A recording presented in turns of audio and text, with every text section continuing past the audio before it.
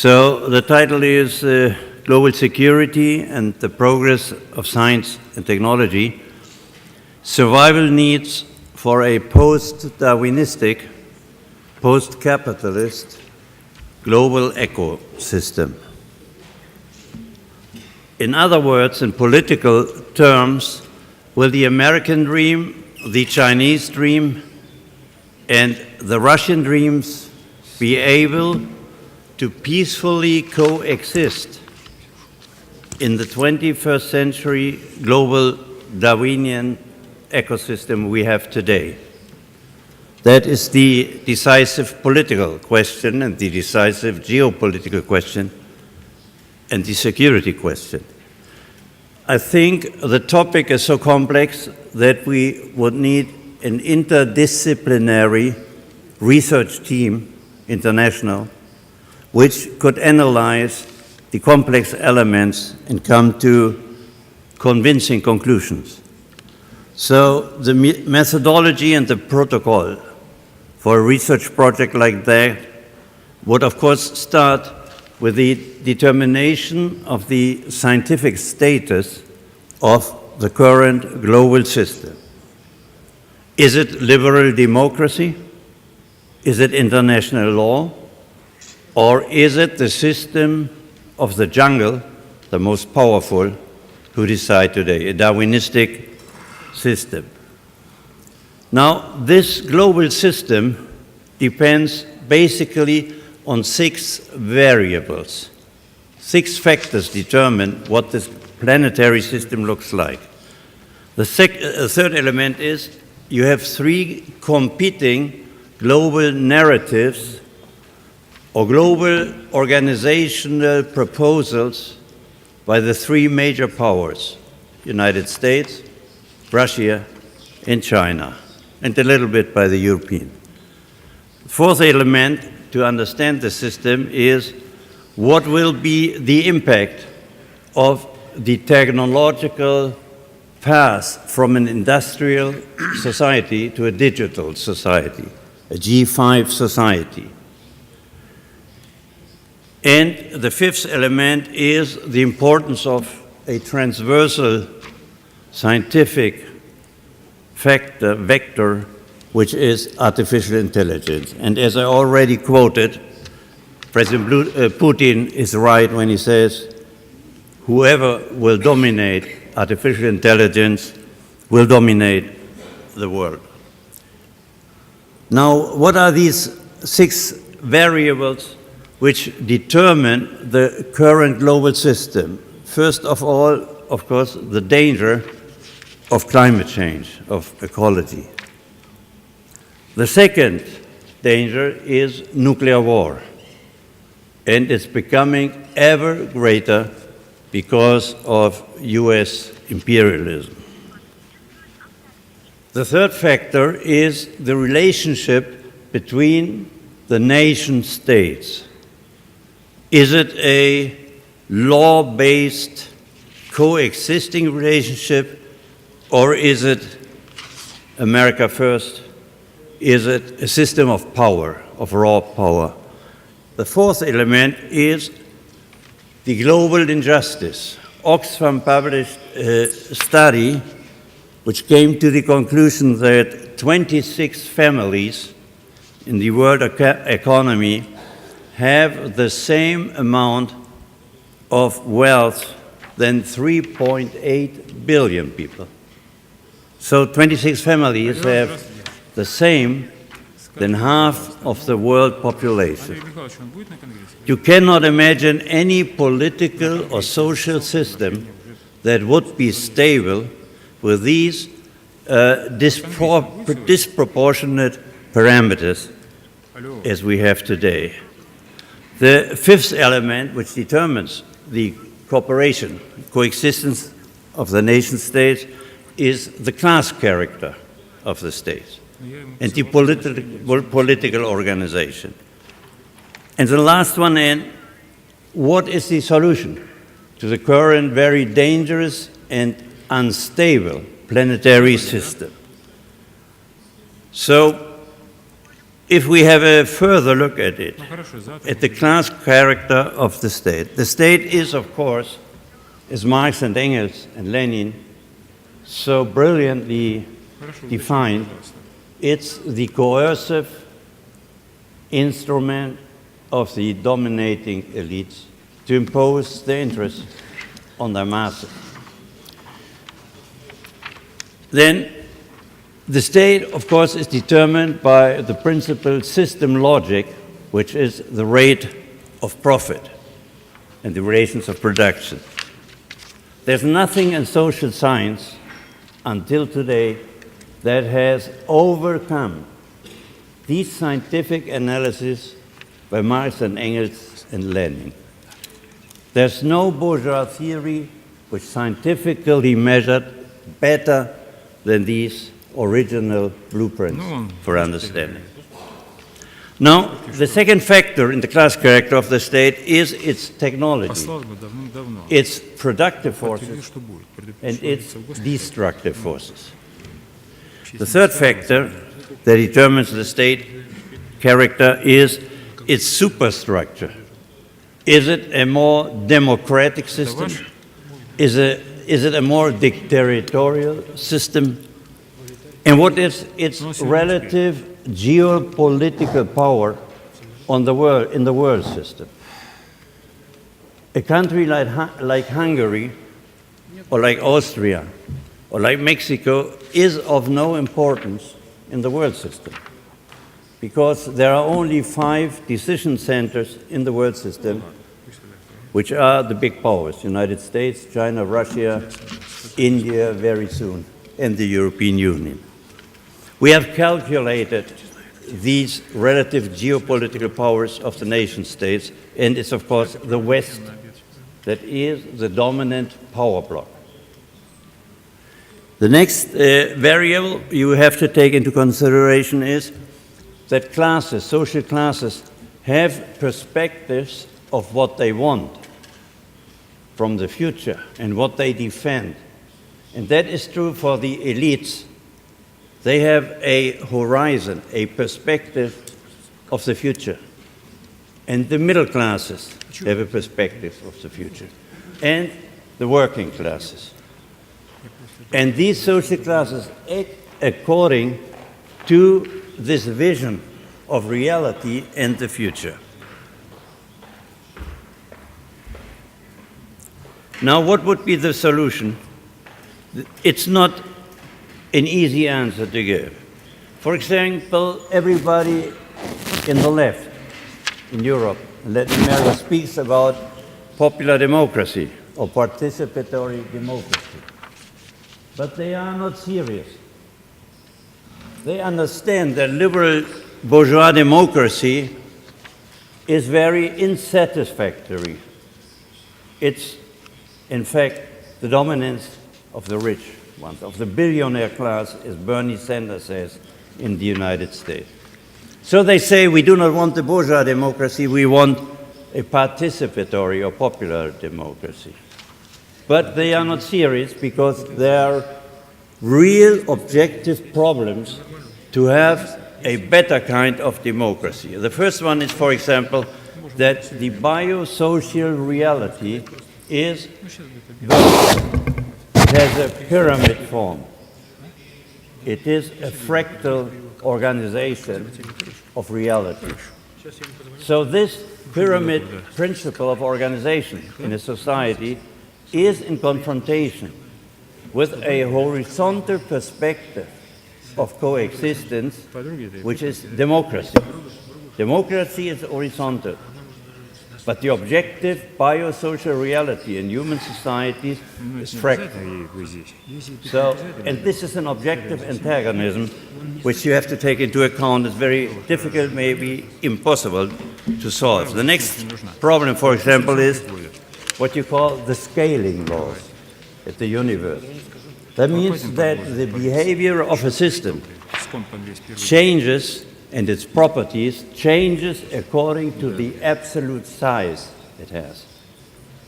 So it's not the same thing to discuss with 2 students than with 200.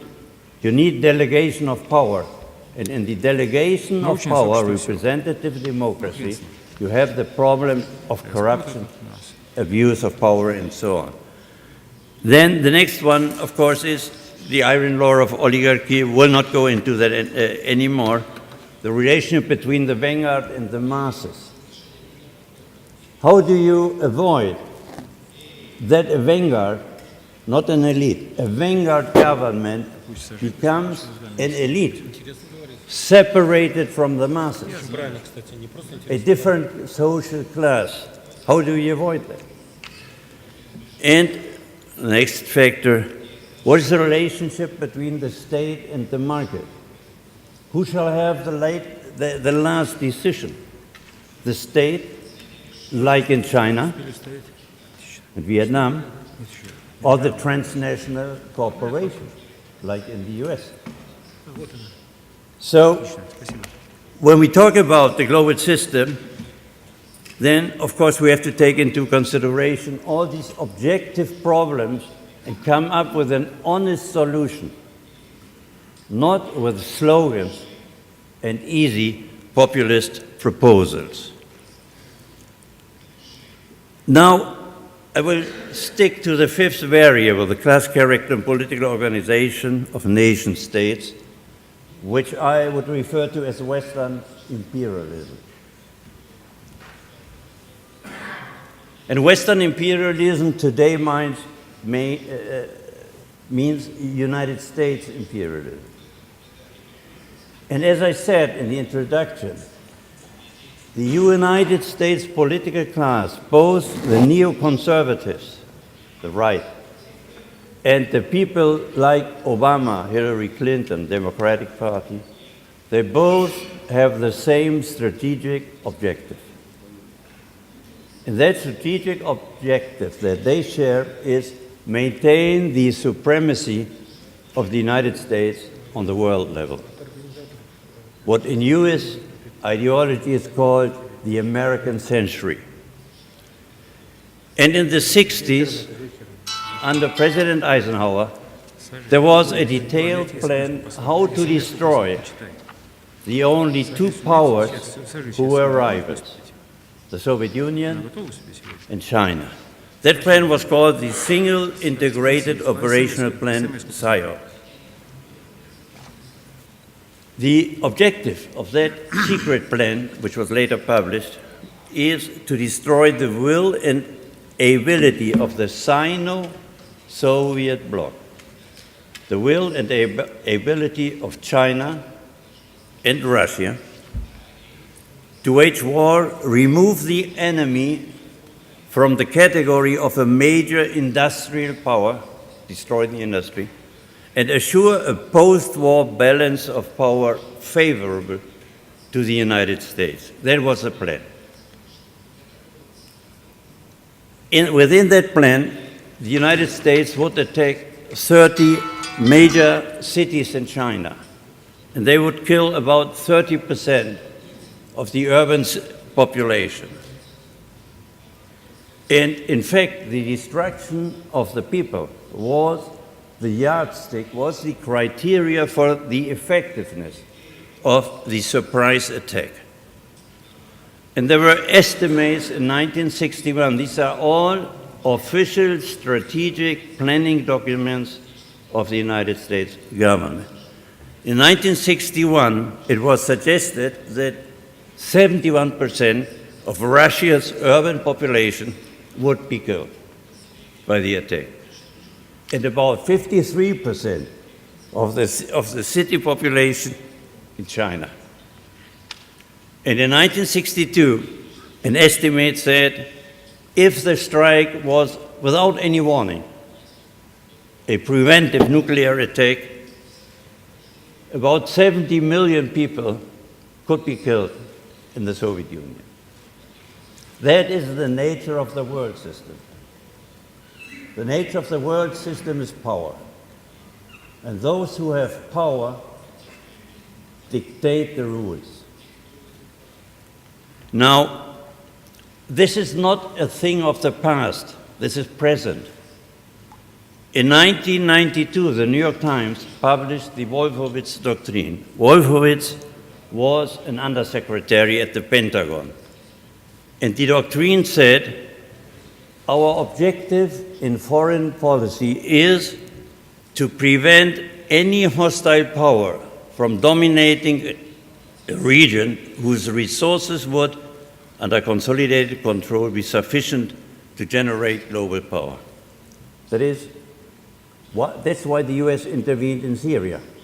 They cannot allow the Middle East oil to be used according to the sovereign states of the region, because then the United States would lose its control on the world system. This was a secret planning objective. It was published by the New York Times. Part of this project to maintain the US-American century was the use of Islamic fundamentalist terrorists. And the Saudi Arabian Crown Prince, Mohammed bin Salman, told the Washington Post in March 2018 that the spread of these terrorist organizations, Daesh and so on, which have killed so many people, was because the West asked Saudi Arabia to do this in order to maintain its control. That is the world system today. It's power. It doesn't matter how the people will respond to that. Now in Latin America, you have the Monroe Doctrine again.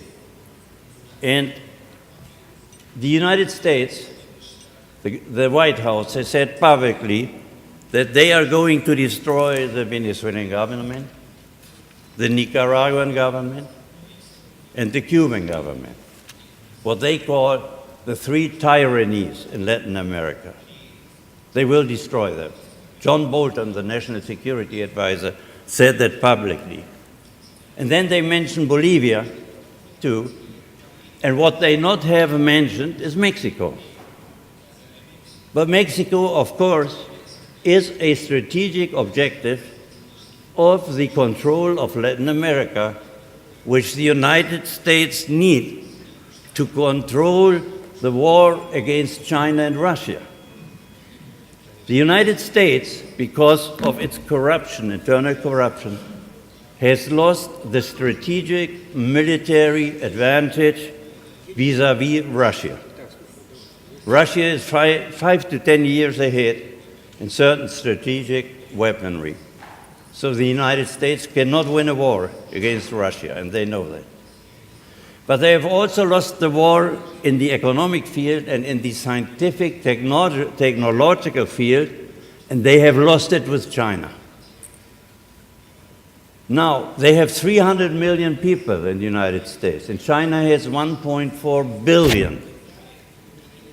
So if they want to be a part of the control of the world system, they need more territory, more people, and more resources. And that's why they now are destroying the progressive Latin American government, because they must totally control Latin America to win the geopolitical war for supremacy against China and Russia.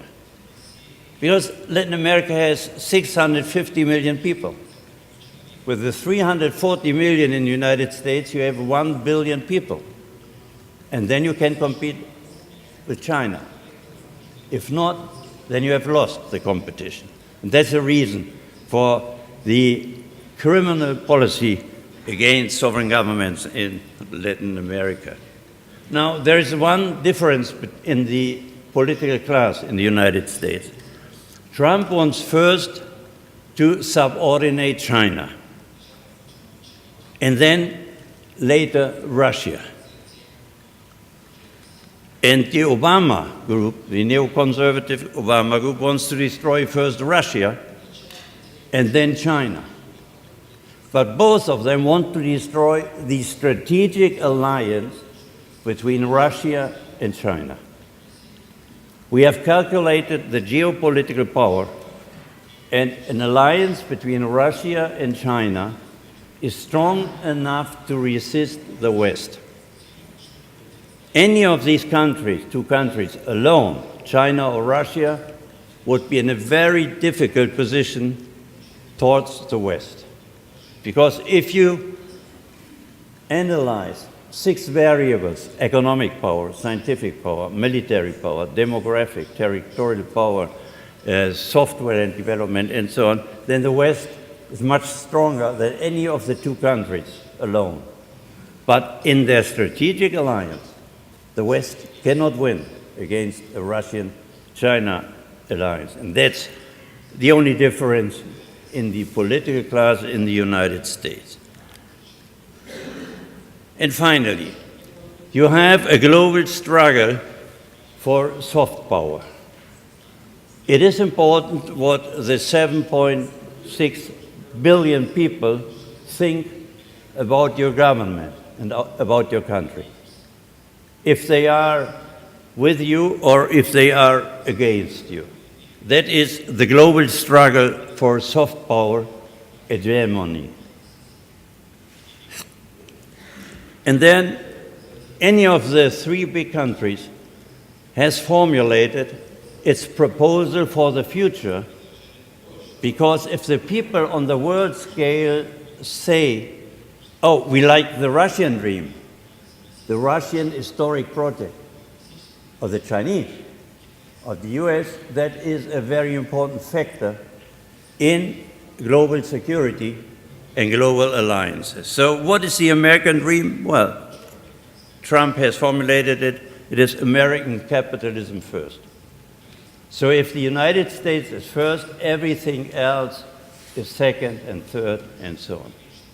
So there is no democratic organization possible, because a democratic organization requires that they are all acting on an equal level.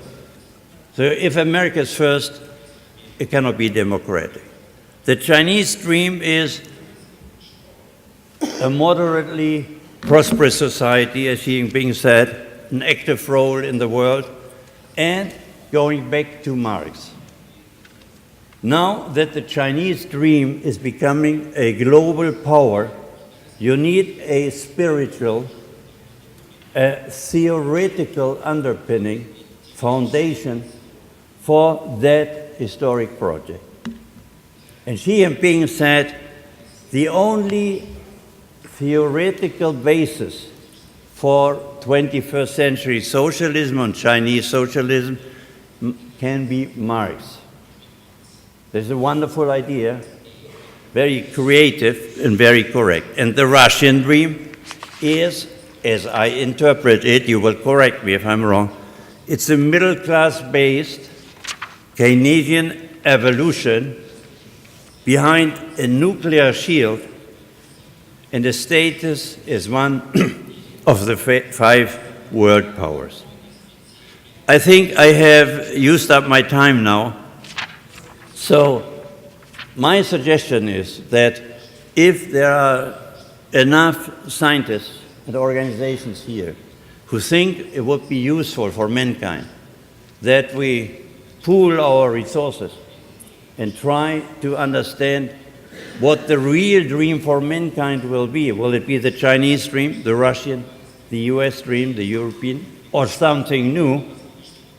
Then if we want to achieve global security and global democracy and peaceful development, we must construct this new narrative, this new historical project of the masses. Thank you very much.